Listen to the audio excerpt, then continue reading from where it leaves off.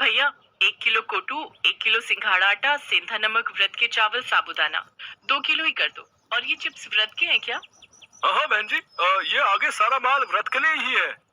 तो ये व्रत की नमकीन, चिप्स, पापड़ ये सब भी 5-5 पैकेट कर ही दो।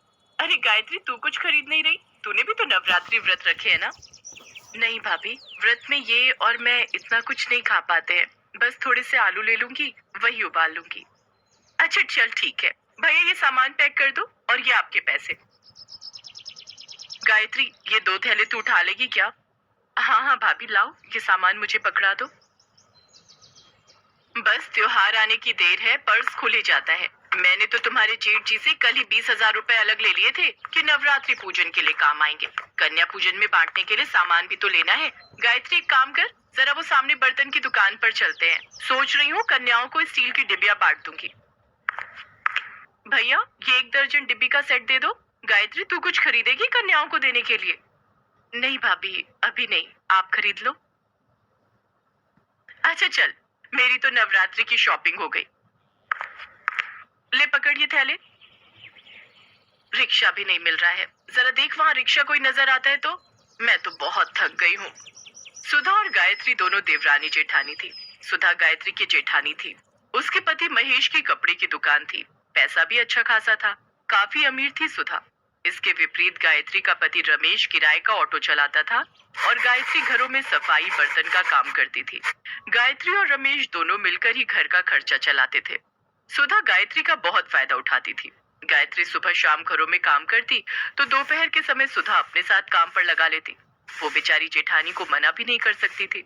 दोनों के घर पास थे, इसीलिए सुधा अक्सर गायत्री को काम के बहाने बुला लेती थी। बात सुन गायत्री, ये थैले तो वहां रख दे और फ्रिज में कल के राजमा पड़े हैं, तू निकाल ले। लेती जा, बच्चे खा लेंगे। साथ में चावल उबाल लियो। और सुन, दोनों कमरों की बेडशीट भी बदलनी है, वो भी बदल दे। तकिए की कवर नए चढ़ा दे। मैं पलंग पर ही निकाल कर रखाई हूँ। इतने दिन से काम में ही लगी रहती हूँ, इसलिए हाथ ही नहीं पड़ रहा। अब मैं तुझे अपने घर में सफाई बर्तन के काम पर तो रख नहीं सकती, नहीं तो मोहल्ले वाले क्या कहेंगे कि मैंने अपनी देवरानी को काम पर रख लिया। इसलिए मुझे भी दूसरी काम वालियों को काम पर रखना पड़ता है, वरना मैं तो तुझे अच्छी पगार दे देती। अरे मैं तो भूल ही गई, बच्चे स्कूल से आने वाले होंगे। सुन, फ्रिज में अनार पड़े हैं, वो छील दे। बच्चे जूस मांग रहे थे, उन्हें निकाल कर दे दूंगी। कुछ दिन बाद नवरात्रि शुरू हो गए। सुधा और गायत्री दोनों ने अपने अपने घर में नौ दुर्गा पूजा शुरू की। गायत्री अपने सामर्थ्य के अनुसार माँ दुर्गा को प्रसाद का भोग लगाती और इस प्रसाद को ग्रहण कर लेती। उधर सुधा रोजाना ही ढेरों व्रत के पकवान बनाती। गायत्री अपने और रमेश के लिए व्रत का थोड़ा बहुत कुछ खाने का बनाती और वही माँ दुर्गा को भोग लगाकर वे दोनों खुद खा लेते। सुनो, मैं सोच रही थी कि कल तुम जब शाम को आओगे, थोड़ा कन्या पूजन का सामान खरीद लाना। ठीक है गायत्री, मैं लेता आऊंगा। अगले दिन रमेश ने जो पैसे कमाए उसमें से उसने ऑटो के किराए के पैसे दे दिए। बाकी उसके पास जो कुछ पैसे बचे थे उनसे उसने सामान खरीदा और पिछली सीट पर थैली रखकर ऑटो में घर आने लगा। तभी 2 लड़के उसके पास आए और बोले, भैया हमें थोड़ी दूर तक छोड़ दोगे? रात हो गई है, यहाँ कोई ऑटो वाला दिखाई नहीं दे रहा है।